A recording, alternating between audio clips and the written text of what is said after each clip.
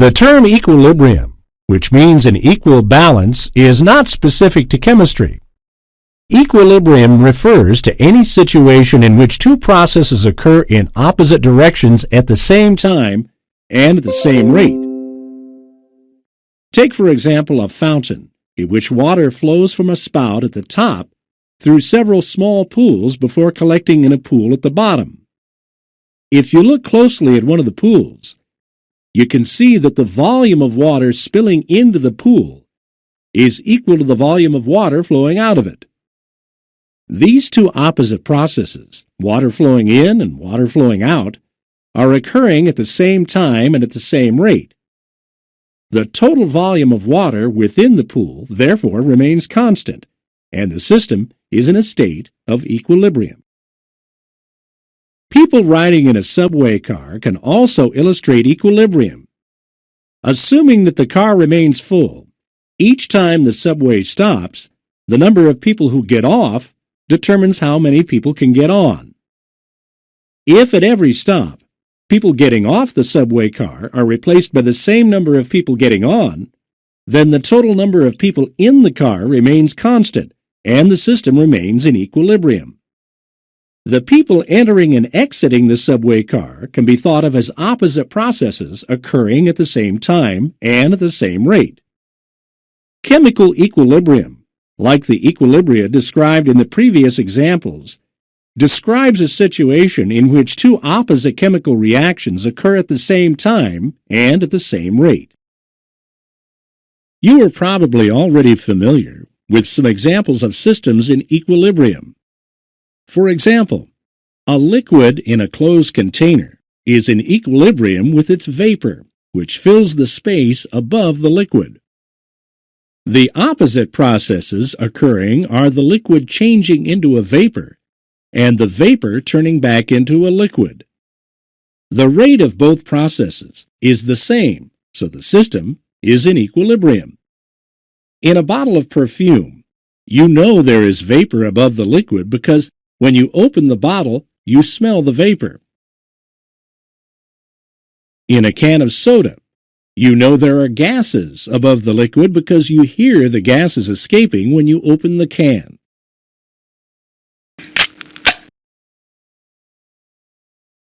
The escaping gases consist mostly of carbon dioxide, which is in equilibrium with dissolved carbon dioxide gas in the soda. When you open a can of soda, or any sealed container, you are actually disturbing the equilibrium, a topic that will be discussed later in the program. For now, the program will review chemical reactions and then lead into a detailed study of chemical equilibrium.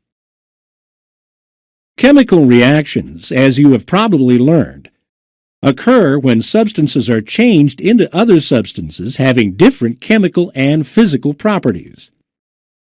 The starting substances are called reactants, and the newly formed substances are called products.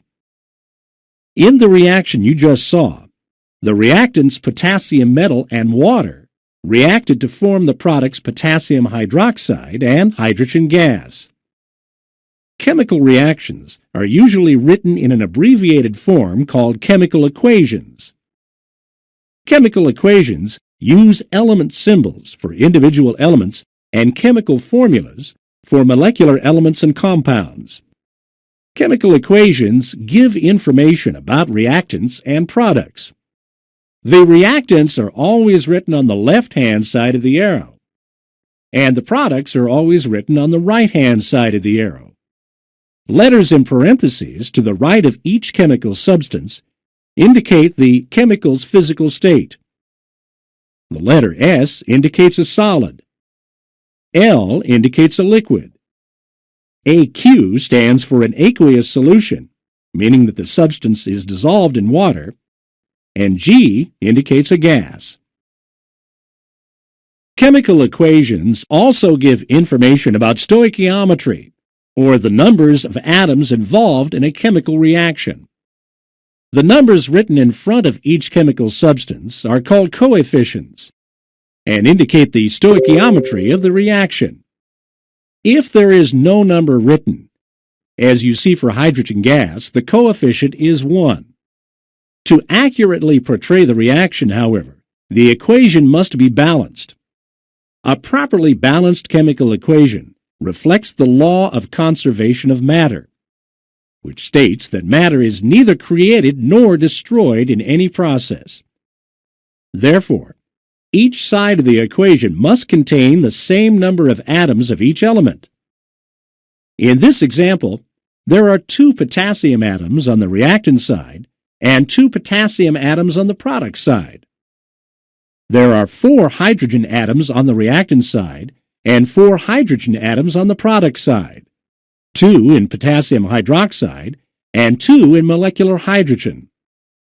Finally, there are 2 atoms of oxygen on the reactant side and 2 atoms of oxygen on the product side.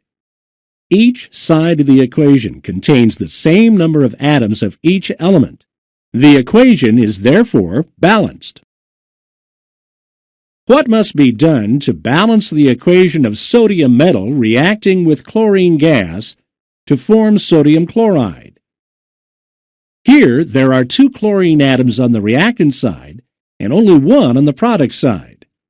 To balance the equation, the number of chlorine atoms on each side must be the same. This can be done by adding a coefficient of 2 in front of sodium chloride. Now, there are 2 atoms of chlorine on both the reactant and product side. But now the number of sodium atoms are not equal. To correct this, a coefficient of 2 must be placed in front of the sodium on the reactant side. Each side of the equation now contains the same number of atoms of each element, so the equation is balanced. As you will see, using balanced equations is very important in the study of chemical equilibrium. In the previous 2 examples, and in your study of chemistry thus far, you may have assumed that chemical reactions completely convert reactants to products. This is not always true. Many reactions are reversible, meaning that they proceed in both the forward and reverse directions simultaneously.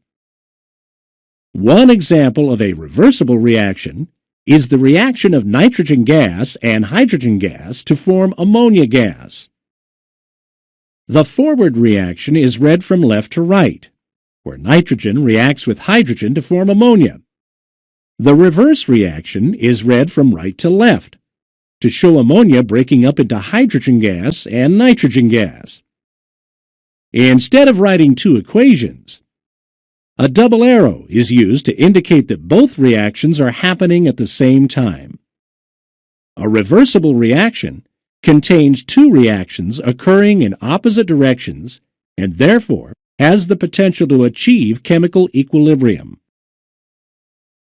Think back to the water fountain that was discussed at the beginning of the program. Remember that the volume of water in each pool remains constant because the rate at which the water flows into the pool is equal to the rate at which the water flows out of the pool. The 2 opposite processes, water flowing in and spilling out, are analogous to the 2 opposite directions in which a reversible reaction proceeds. Recall that a reversible reaction could proceed in either the forward direction to form products or the reverse direction to reform the reactants. In a reversible reaction that has achieved equilibrium, the amount of products and reactants remain constant because the forward and reverse reactions occur at the same rate. The term concentration is used to indicate the amount of a substance occupying a fixed volume. It can therefore be said that the concentrations of products and reactants at equilibrium remain constant.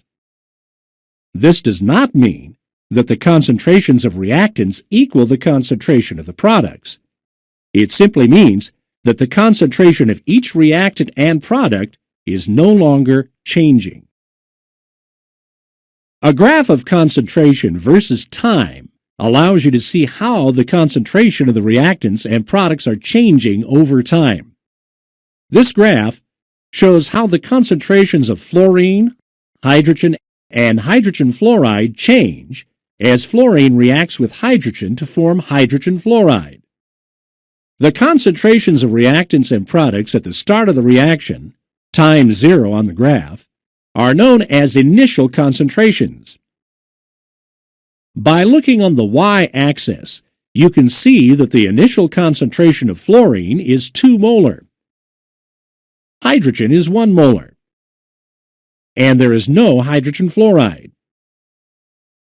As the reaction proceeds, the concentration of the reactants, fluorine and hydrogen, are decreasing, while the concentration of the product, hydrogen fluoride, is increasing.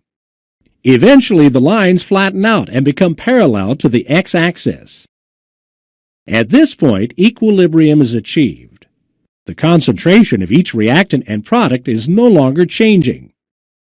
The equilibrium concentration for fluorine is 1.032 molar. Hydrogen is 0.032 molar, and hydrogen fluoride is 1.936 molar.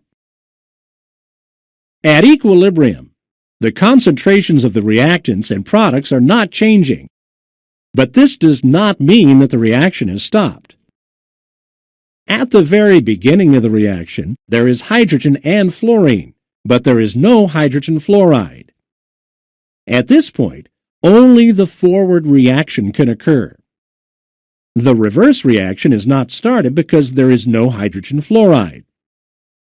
As the reaction proceeds, the concentration of hydrogen fluoride builds up, and the reverse reaction starts to break down the hydrogen fluoride into hydrogen and fluorine. As the concentration of hydrogen fluoride increases, the rate of the reverse reaction increases. At the same time, the forward reaction slows down because there are fewer reactants available to randomly collide together and form hydrogen fluoride. Eventually, the forward reaction and reverse reaction occur at the same rate. When this happens, equilibrium is achieved. At equilibrium, the reactants and products continue reacting.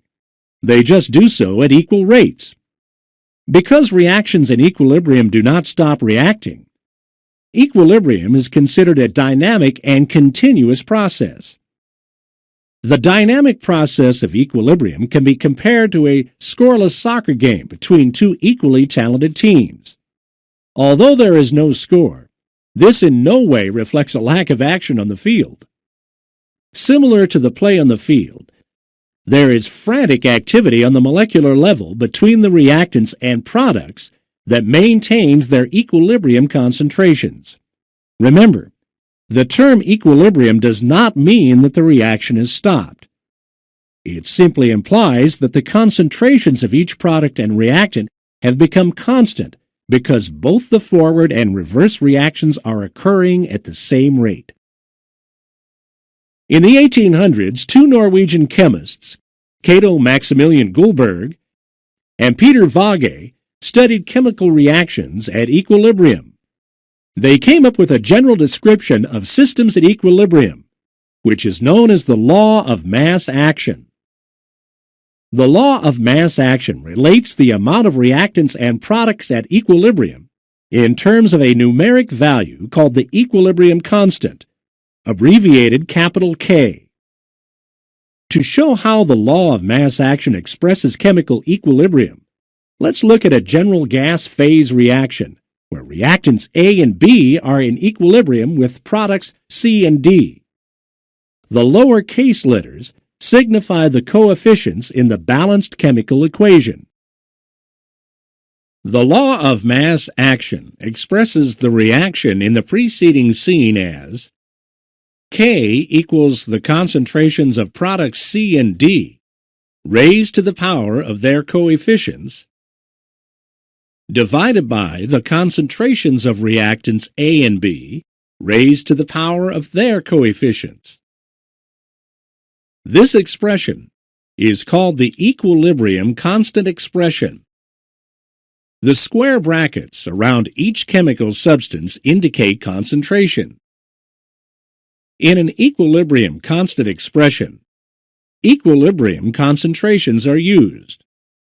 Equilibrium concentrations are the amount of substance divided by the volume it occupies when the system is at equilibrium. Concentrations are often reported in scientific notation and generally have units of molarity, which is the number of moles per liter of solution. You learned earlier that when a system is at equilibrium, the concentrations of the reactants A and B and the concentrations of products C and D have reached constant values. Because the concentrations do not change, the ratio between them is fixed.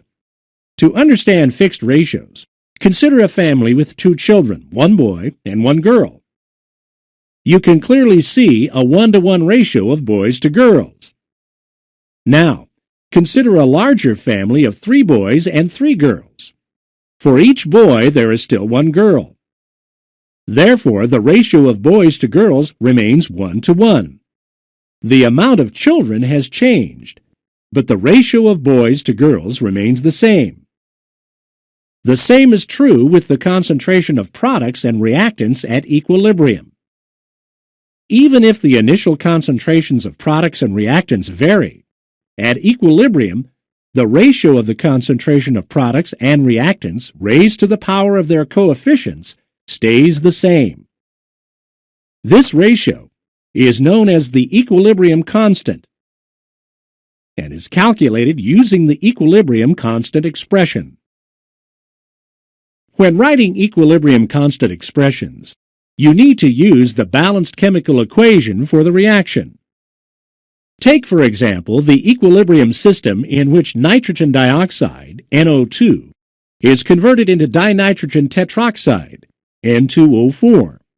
Using the balanced chemical equation, you can substitute the chemical formula into the general equilibrium constant expression.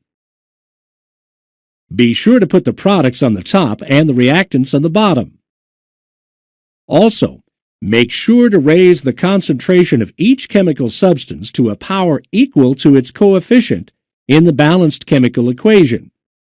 In this example, the coefficient of nitrogen dioxide is 2. Nitrogen dioxide is therefore raised to a power of 2. When there is no coefficient written, as with dinitrogen tetroxide, the coefficient is 1. As you probably know from mathematics, raising a number to a power of 1 does not change the number. Therefore, the 1 is not written. The equilibrium constant expression for this reaction is the concentration of dinitrogen tetroxide divided by the concentration of nitrogen dioxide raised to a power of 2. Now, imagine you were asked to write the equilibrium constant expression for the reaction of oxygen gas and sulfur dioxide gas in equilibrium with sulfur trioxide gas. The concentration of the product, sulfur trioxide, is placed on top and squared because its coefficient in the balanced chemical equation is 2. The concentrations of the reactants, oxygen and sulfur dioxide, are placed in the denominator. Again, using the coefficients in the balanced chemical equation, you can see that oxygen is raised to a power of 1, and sulfur dioxide is raised to a power of 2. This gives you the equilibrium constant expression. Notice that in this reaction, all the reactants and products are gases. This reaction is therefore known as a homogeneous gas-phase reaction. In general, when all the reactants and products involved in a system at equilibrium are in the same physical state or phase, the system is described as being in homogeneous equilibrium. In contrast to homogeneous equilibrium, heterogeneous equilibria are systems which involve substances in more than one physical state or phase. For example, the reaction of solid carbon and oxygen gas in equilibrium with carbon monoxide gas is a heterogeneous equilibrium system.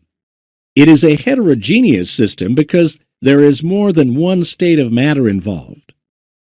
Another example occurs when aqueous ammonia reacts with liquid water to form the aqueous ammonium ion and the aqueous hydroxide ion.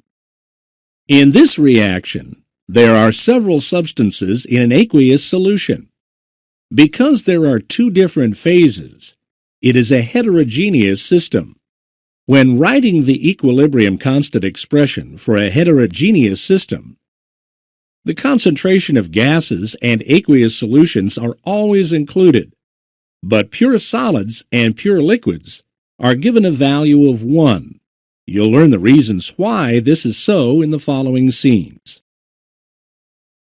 To understand why gaseous and aqueous solutions are always included in equilibrium constant expressions, it is important to remember that an equilibrium constant expression is a ratio of the concentrations of the products to the concentrations of the reactants at equilibrium.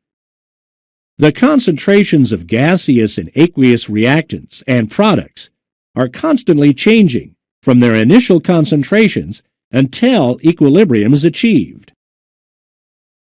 As discussed earlier, the concentrations of the reactants usually decrease as the concentrations of the products increase until equilibrium is achieved. The concentration of a gas is easily changed during a reaction by varying either the amount of the gas or by changing the volume. Similarly, the concentrations of chemical substances in the aqueous phase are also easily changed. As you know, chemical substances in the aqueous phase are dissolved in water. The concentration of a chemical substance in the aqueous phase can therefore be changed by either changing the amount of the chemical substance in the solution or by changing the amount of water in the solution. Equilibrium is achieved when the concentrations of the reactants and products are no longer changing. These equilibrium concentrations are then used in the equilibrium constant expression. Unlike gases and aqueous solutions, pure liquids and pure solids are written as a value of 1 in equilibrium constant expressions because their concentrations do not significantly change during any part of the reaction. This is because, by definition, liquids and solids have fixed volumes. Therefore, if the amount of a pure liquid or a pure solid doubles, its volume must also double. Remembering that concentration is the amount of a substance divided by its volume, it can be seen that since both the amount and the volume double, the concentration remains the same. Likewise, half the number of molecules requires half the volume. Again, the concentration does not change. Because the concentrations of pure liquids and solids remain constant throughout the reaction, they are not helpful in determining when equilibrium has been achieved, and are therefore assigned a constant value of 1. How would you write the equilibrium constant expression for the reaction of solid carbon and oxygen gas in equilibrium with carbon monoxide gas? When writing the equilibrium constant expression for this reaction, all the gases are included as previously discussed. Products on the top and reactants on the bottom. The reactant, carbon, however, is assigned a constant value of 1 because it is a pure solid. The equilibrium constant expression is the concentration of carbon monoxide raised to a power of 2, divided by the concentration of oxygen times 1. What is the equilibrium constant expression for ammonia reacting with water to form an ammonium ion and a hydroxide ion? Ammonia, the ammonium ion, and the hydroxide ion are all in the aqueous phase and are therefore included in the equilibrium constant expression. The reactant water, however, is assigned a constant value of 1 because it is a pure liquid. However, As you know from mathematics, multiplying or dividing a number by 1 does not change the number. For this reason, the 1s are often omitted from the equilibrium constant expression, as they will be in the rest of this program. Any value of 1 that stands alone in the numerator, however, must not be omitted, otherwise it would affect the mathematics. The equilibrium constant for this reaction is therefore the concentration of the ammonium ion times the concentration of the hydroxide ion divided by the concentration of ammonia. Keep in mind that even though pure liquids and solids are given a value of 1 in the equilibrium constant expression, they are still necessary for the reaction to occur and are just as important as all the other substances in achieving and maintaining equilibrium. Now that you are familiar with how equilibrium constant expressions are written, you can calculate the equilibrium constant for different reactions. In order to calculate the equilibrium constant, the equilibrium concentrations for each species involved in the reaction must be either determined by experiment or provided to you. Imagine that in the example of nitrogen dioxide in equilibrium with dinitrogen tetroxide at 25 degrees Celsius, the following experimental data have been determined. Nitrogen dioxide, NO2, has an equilibrium concentration of 0.100 molar, and dinitrogen tetroxide, N2O4, has an equilibrium concentration of 2.16 molar. Placing these values into the expression and solving will give you the equilibrium constant. When solving, remember to raise each chemical substance to the power of its coefficient and then divide the products by the reactants. The equilibrium constant at 25 degrees Celsius is 216. Notice that units are not included with the equilibrium constant. Now, calculate the equilibrium constant for the equilibrium system where ethanol and acetic acid react to produce ethyl acetate and water. The molar concentrations were experimentally determined at a temperature of 100 degrees Celsius to be 1.8 molar for ethanol, 2.5 molar for acetic acid, and 0.5 molar for ethyl acetate. To find the equilibrium constant, first write the equilibrium expression. Remember that water has a value of 1 in the equilibrium constant expression because it is a pure liquid, and can therefore be omitted from this expression because it doesn't affect the math.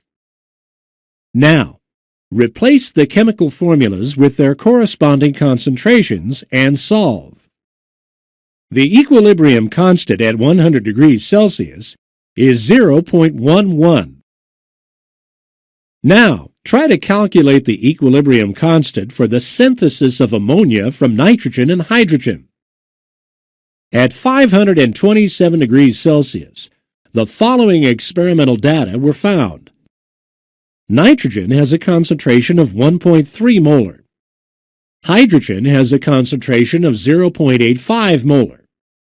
And ammonia has a concentration of 0.178 molar. The equilibrium constant at 527 degrees Celsius for this reaction is 4.0 times 10 to the minus second power. Remember that units are not given for equilibrium constants, but it is important to report the temperature because equilibrium constants differ at each temperature. Equilibrium constants are temperature dependent. This means that the same reaction has different equilibrium constants at different temperatures. In the previous scene, the equilibrium constant for the synthesis of ammonia at 527 degrees Celsius was 4.0 times 10 to the minus second power. Now, calculate the equilibrium constant for this reaction at 127 degrees Celsius. At this temperature, Nitrogen has an equilibrium concentration of 8.5 times 10 to the minus 1 molar. Hydrogen has an equilibrium concentration of 3.1 times 10 to the minus 3rd molar. And ammonia has an equilibrium concentration of 3.14 times 10 to the minus 2nd molar. Substituting these numbers into the equilibrium constant expression and solving gives an equilibrium constant of 3.9 times 10 to the 4th power. As you can see, a different temperature results in a different equilibrium constant for the same reaction. Use this table to compare the different equilibrium constants at various temperatures for the synthesis of ammonia. Later in the program, you'll learn more about how changes in temperature cause changes in systems at equilibrium. Although the equilibrium constant is temperature dependent, it does not depend on the initial concentrations of the reactants and products. This means at a given temperature, the equilibrium constant remains the same even if the initial concentrations vary. As discussed earlier, the equilibrium constant is a ratio of the concentration of products to the concentration of reactants. Remember the 1-to-1 ratio of boys to girls?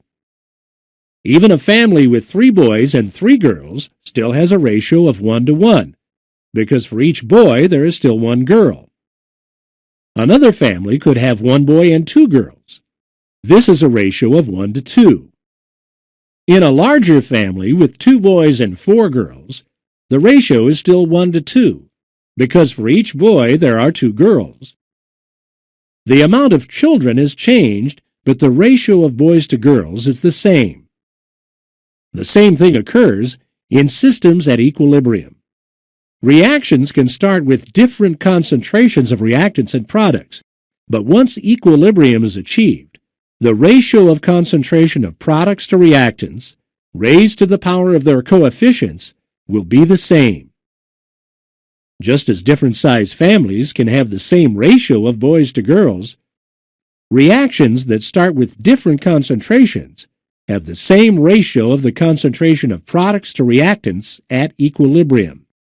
Each set of equilibrium concentrations resulting from different initial concentrations is called an equilibrium position.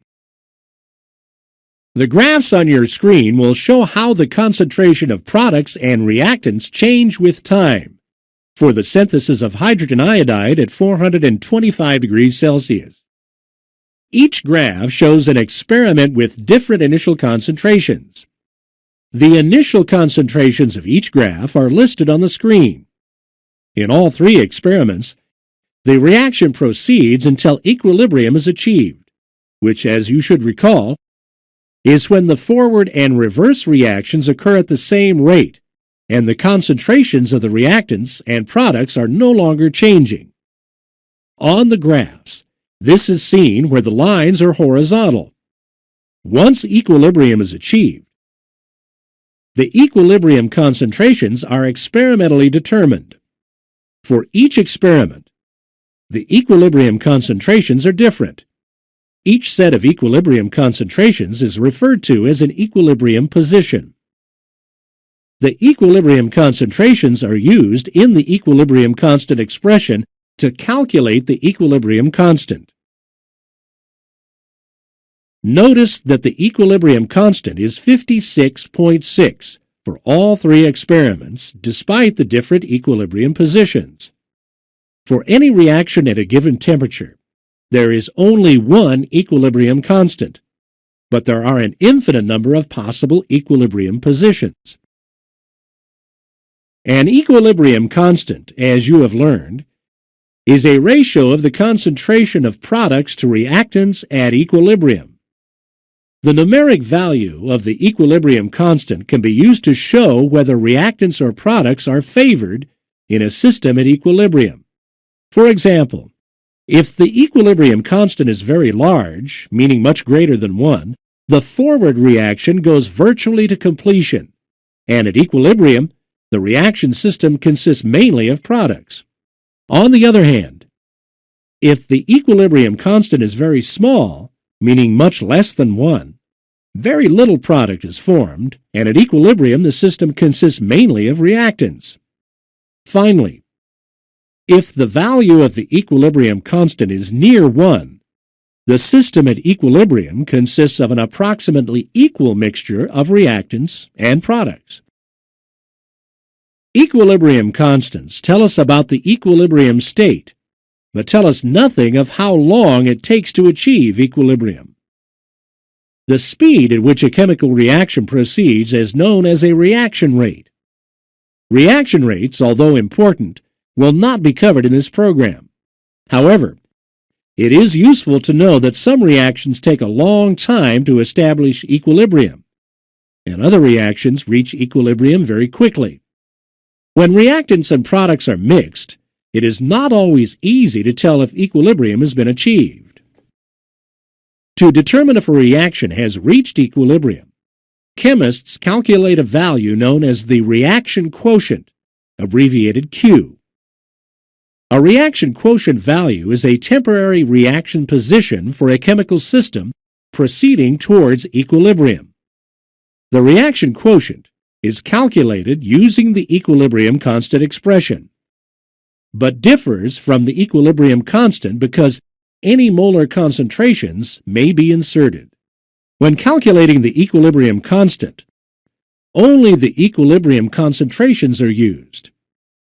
If the reaction quotient is equal to the equilibrium constant, the reaction has reached equilibrium. If the reaction quotient is not equal to the equilibrium constant, equilibrium has not yet been achieved. Determining a reaction quotient is analogous to referring to a map when driving a long distance. Similar to the way drivers periodically pull over and glance at a map to determine how far they are from a destination, chemists use the reaction quotient to determine how far a reaction is from equilibrium. Each reference to the map is comparable to calculating a reaction quotient value. Just as it's not very helpful to know where you are if you don't know where you're going, reaction quotient values are not very helpful unless they can be compared to a known equilibrium constant. By comparing the reaction quotient to a known equilibrium constant, you can determine how close a reaction is to achieving equilibrium.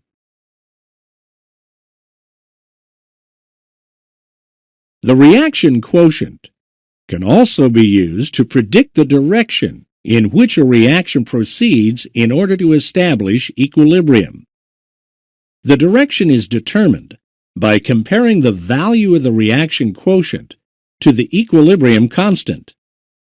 If the reaction quotient is less than the equilibrium constant, there is an overabundance of reactant, and the reaction proceeds to the right, continuing to form products. Using the map analogy, this is comparable to having not yet reached your destination. If the reaction quotient is greater than the equilibrium constant, there is an overabundance of product, and the reaction proceeds to the left, regenerating reactants to achieve equilibrium. This is analogous to not yet having reached your destination when coming from the opposite direction. If the reaction quotient is approximately equal to the equilibrium constant, the system has reached equilibrium, and you have reached your destination. The system will remain at equilibrium unless reaction conditions change within the system. Before continuing, let's take a quick review of what has been covered. You have learned that chemical equilibrium is a condition achieved by reversible reactions, in which the forward and reverse reactions occur at equal rates, causing the concentrations of reactants and products to remain the same. These constant concentrations are related in an equilibrium constant expression. You have also learned that by inserting equilibrium concentration values into the equilibrium constant expression, a numerical value called the equilibrium constant may be calculated. The equilibrium constant is used by chemists to determine whether reactants or products are favored in a system at equilibrium. Lastly, you learn that if the equilibrium constant is known, the reaction quotient can be calculated to determine if equilibrium has been achieved. The remainder of this program will explore what happens when equilibrium is disturbed. In everyday life, equilibrium is often disturbed. If a gymnast performing on a balance beam leans too much of her weight to one side, her equilibrium will be disturbed, and she may fall off the balance beam. Similarly, people riding in a boat must distribute their weight evenly so that the boat does not flip. Assuming that everyone in the boat weighs the same, if half the people sit on each side of the boat is balanced, and equilibrium is maintained. But if all the people on the right side of the boat jump out, they disturb the equilibrium, and the boat tips to the left. The remaining people must shift their positions to regain equilibrium and keep the boat from tipping over. In a similar manner, chemical systems at equilibrium can also be disturbed.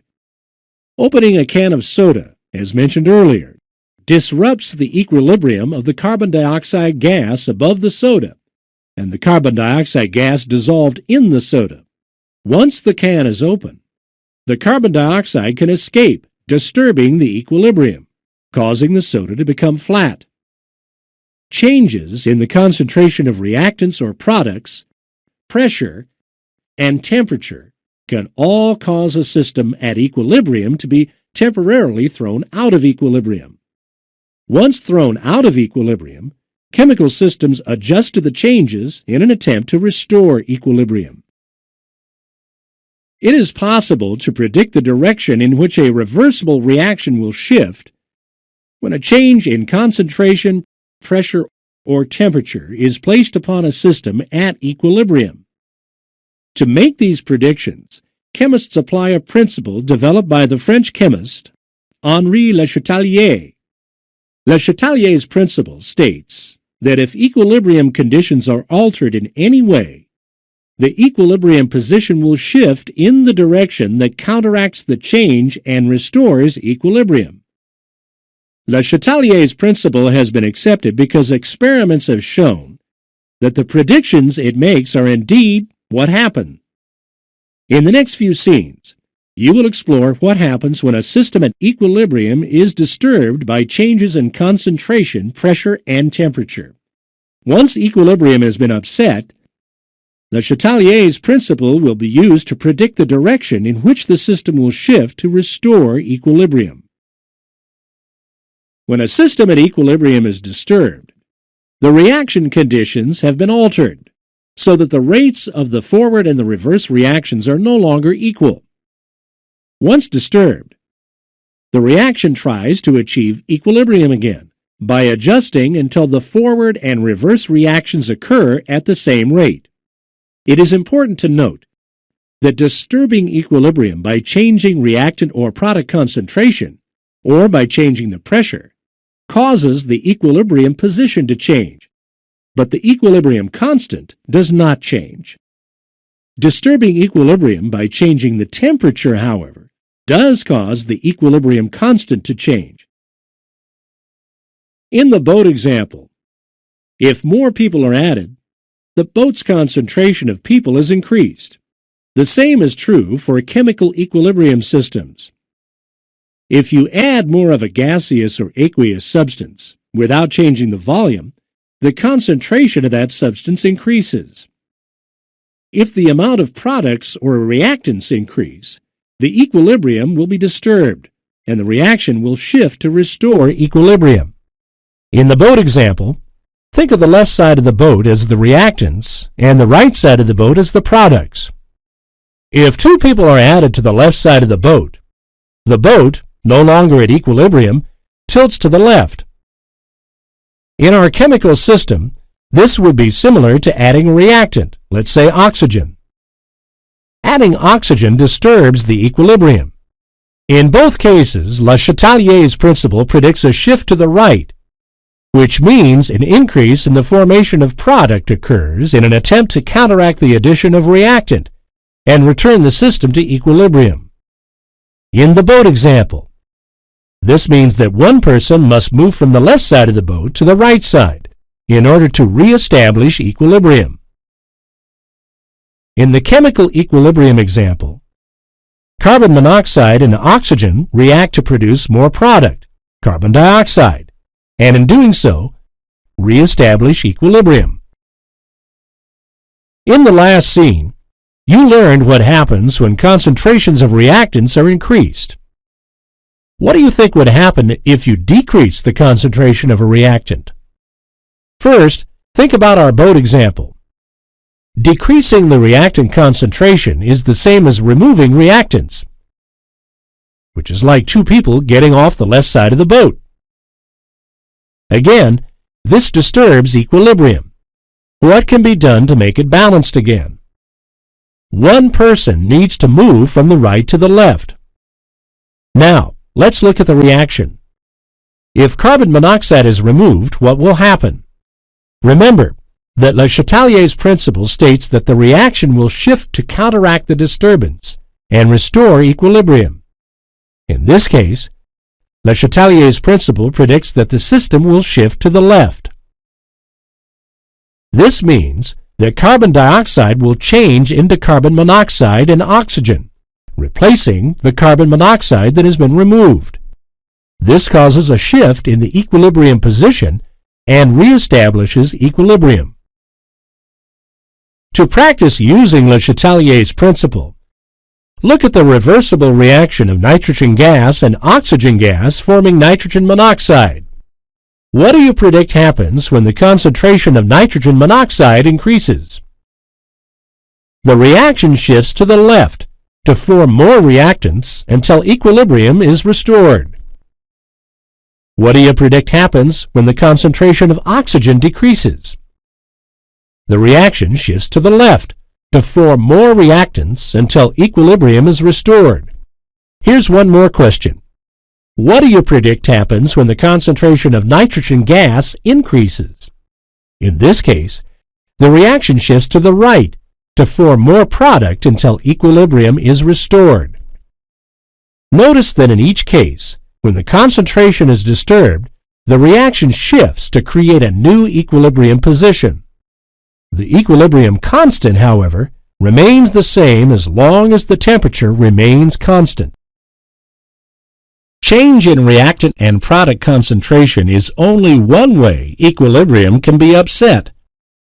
Changes in pressure can also disturb equilibrium. In order to understand how changes in pressure affect equilibrium, it is necessary to understand some basic concepts of pressure. Pressure is defined as force per unit area. A common example of pressure exerted by a gas is that of air pressure in a balloon. A balloon remains inflated because the gas particles inside are continuously moving throughout the available volume and striking the inner surface of the balloon. If too much helium is added to the balloon, the force of the gas particles becomes too great, causing the balloon to pop. Chemical reactions that require controlled pressures are kept in closed containers, like those shown on the screen. As in the balloon, the pressure exerted by a gas in a closed container is the direct result of particles colliding with the walls of that container. The more gas particles there are in a given volume, the more frequently they hit the walls of the container, which results in a greater force exerted by the gas and an increased pressure. A system at equilibrium can be disturbed by changes in pressure.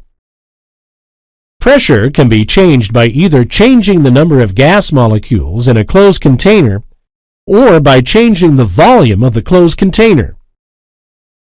If the volume of the container remains constant, increasing the number of gas molecules increases the pressure, and decreasing the number of gas molecules decreases the pressure.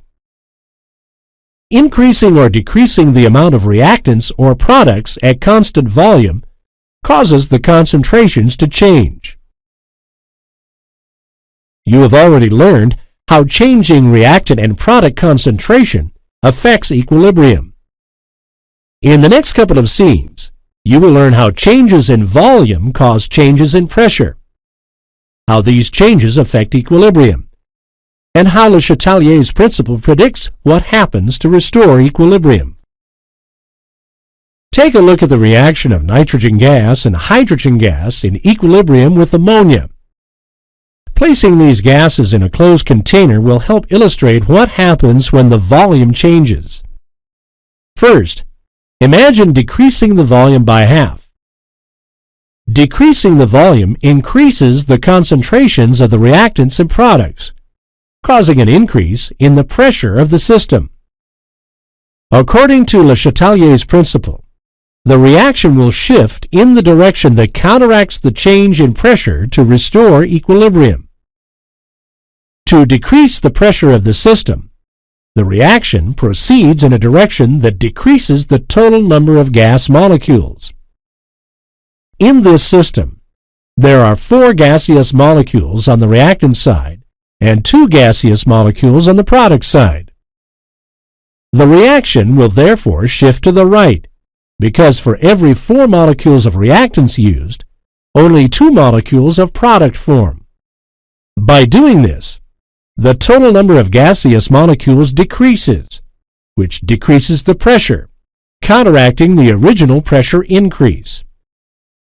As the reaction shifts to the right, the equilibrium concentrations change, causing a shift in equilibrium position, but the equilibrium constant remains the same. Using the same equilibrium system, look at what happens when the volume is doubled. As the volume increases, gas molecules spread out and occupy the increased volume. Therefore, the molecules have more space to move around. Because the same number of molecules are present in twice as much space, the pressure decreases. To counteract a decrease in pressure, the reaction will shift in the direction that increases the pressure by increasing the total number of molecules. This occurs with a shift to the left, toward the reactants. Remember, every 2 molecules of ammonia that react yield 4 molecules. 3 molecules of hydrogen gas and 1 molecule of nitrogen gas. A shift to the left, therefore, increases the number of molecules. An increase in molecules increases the pressure and changes the concentration of the gases, causing a shift in the equilibrium position. The equilibrium constant does not change, however, because the temperature has not changed. As you might be thinking, changes in pressure only affect an equilibrium system that has an unequal number of reactants and products in the gas phase. In the reaction where hydrogen gas and iodine gas form hydrogen iodide, there are 2 molecules of reactants, 1 molecule of hydrogen gas and 1 molecule of iodine gas, and 2 molecules of products. Therefore, shifting the reaction in either direction does not change the total number of gas molecules. In this reaction, changes in pressure do not affect the equilibrium. Let's take a quick review of how pressure affects equilibrium. When the volume decreases, the pressure increases. When this occurs, Le Chatelier's principle predicts a shift toward fewer gas molecules in order to decrease pressure and reestablish equilibrium. When the volume increases, the pressure decreases. Le Chatelier's principle predicts a shift toward more gas molecules, which increases the pressure and reestablishes equilibrium. If the number of gas molecules on both sides of the reaction are the same, changes in pressure will not affect the equilibrium of the system. As with changes in concentration, changes in pressure cause shifts in equilibrium position, but the ratio of product concentration to reactant concentration does not change, and therefore equilibrium constants are not affected. You have now seen how changes in both concentration and pressure disturb equilibrium. You have also seen how Le Chatelier's principle is used to predict how the reaction will shift to re-establish equilibrium. The final disturbance to equilibrium you will examine is change in temperature. Previously in this program, you learned that equilibrium constants are temperature dependent. When the temperature changes, the equilibrium constant also changes. Now you will learn more about why changing the temperature of a system at equilibrium causes the equilibrium constant to change. To do this, an understanding of exothermic and endothermic reactions is necessary. Exothermic reactions are chemical reactions that give off or produce heat, and endothermic reactions are chemical reactions that use or absorb heat.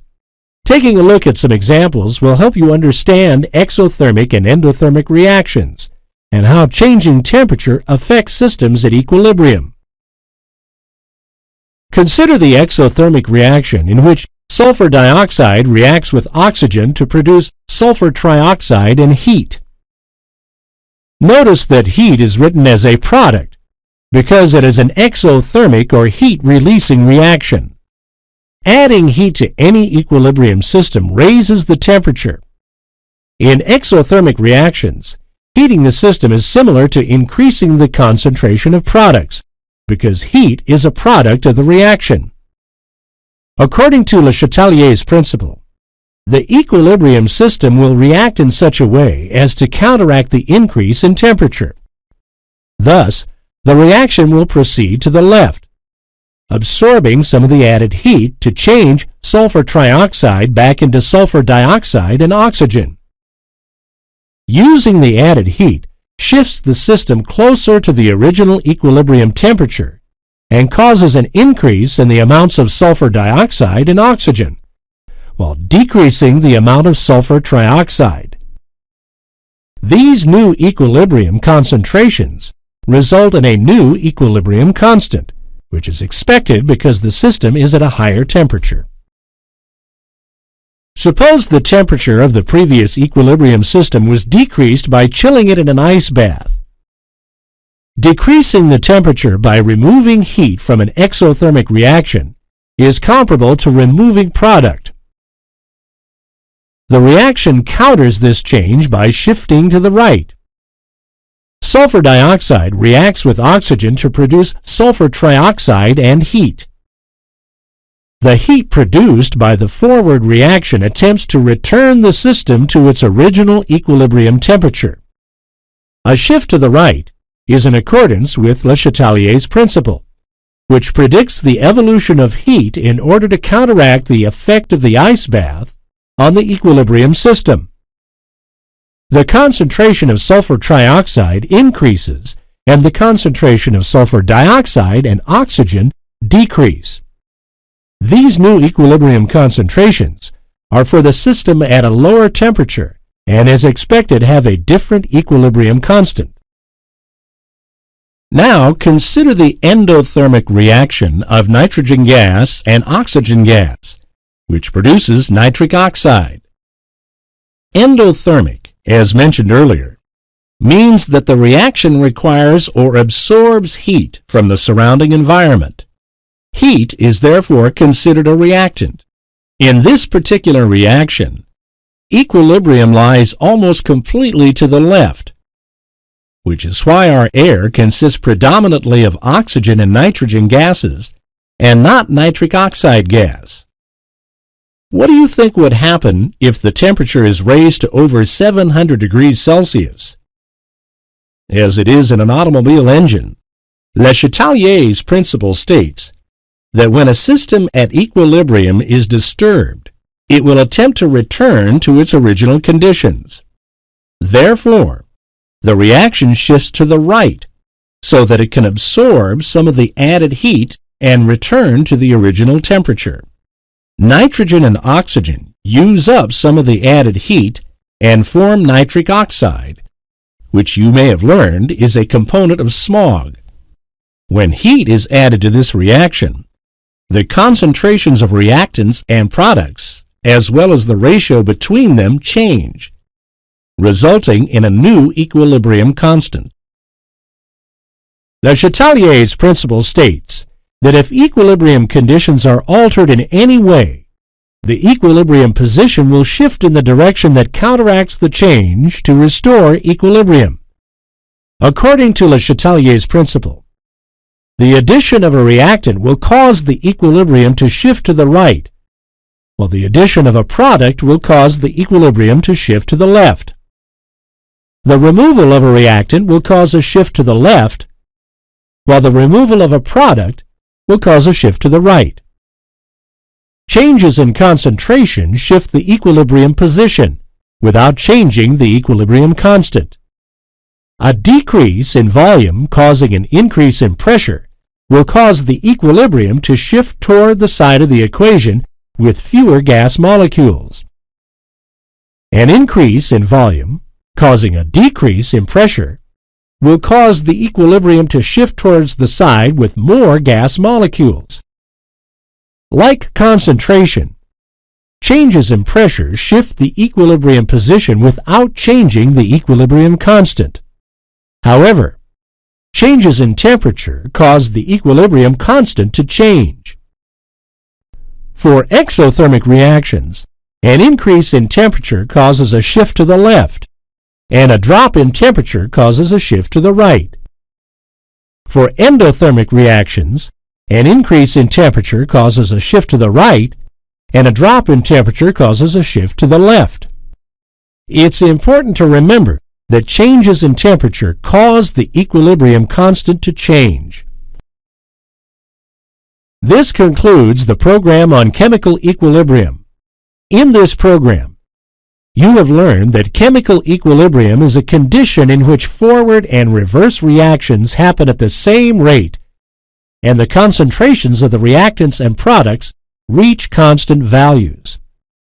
The equilibrium constant expression describes the ratio of reactant to product concentrations in a chemical reaction at equilibrium.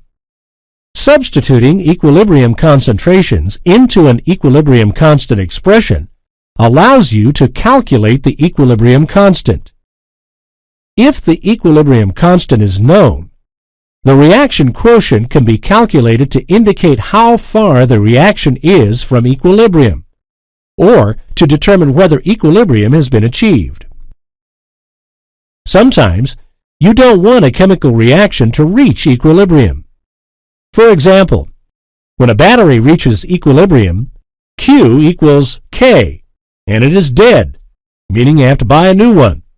Finally, you learn that when a system at equilibrium is disturbed, Le Chatelier's principle can be used to predict how the reaction will shift in an attempt to restore equilibrium. In this program, you have seen both chemical and physical examples of equilibrium. As you continue your day, look around and see how many more examples you can find.